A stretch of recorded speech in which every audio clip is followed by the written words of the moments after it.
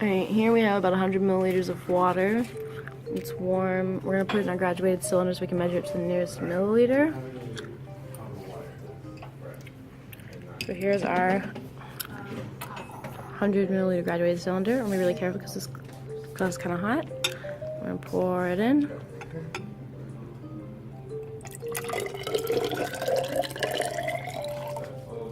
We're going to measure it to the nearest milliliter. Now, when you're using your graduated cylinder, you have to, meniscus. Oh, that's a lot less water than I thought it was, isn't it? Alright, so you want to measure it to the nearest milliliter. And you get close to eye level and you look for the meniscus, which is like a little curve. And this one's right at 80 milliliters. So we're going to measure that as 80 milliliters for our part B, and we'll continue from there. Alright, so now we're going to measure the temperature of our water.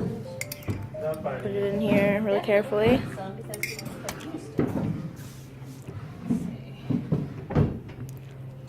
And according to this, our temperature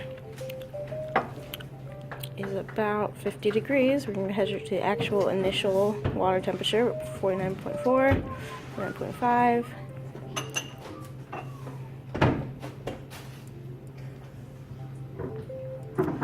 And we're at 50.1, so we're going to let that. We're going to call our initial temperature as that. Okay, so you can hear our data in table B. We have our 80 milliliters of water at 50.1 degrees Celsius, and then we're coming back to record this over here after we complete the lab. Again, we're just following our procedure that's given to us already. Alright, so we're following procedure again. So we have our 400 milliliter beaker. It's a clean one. We're going to place our styrofoam cup in it for stability, like it says. And we're going to pour this water in our graduated cylinder. We're going to pour it into this cup. And we've already measured our initial temperature. Even that a little bit. Okay. We have our cup with water. And now we're going to follow the rest of the procedure with the ice cubes. Alright, so we have some ice cubes. We're going to shake off the excess water, and then we're carefully going to put them in our cup. We're going to go ahead and put in 3 of them. Drop them right in. And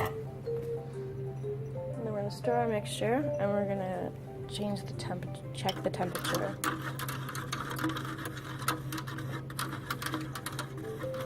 And we'll keep doing this until we reach a temperature of about 0 degrees Celsius. We'll continue to add ice cubes.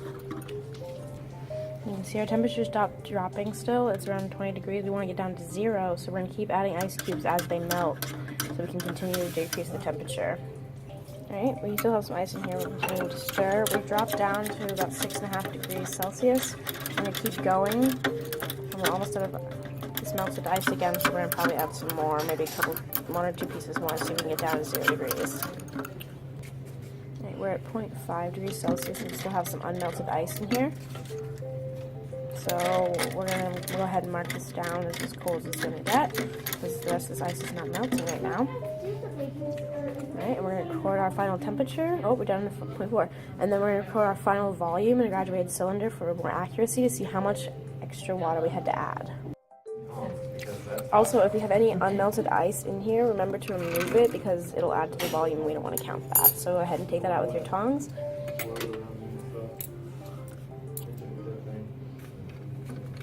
Really carefully.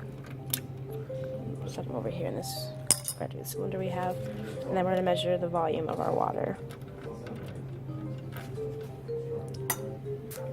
So we'll do that now.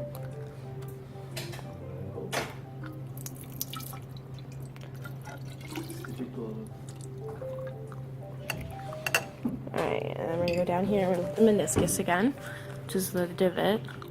And we're at about 121, 122, 121 I'd say.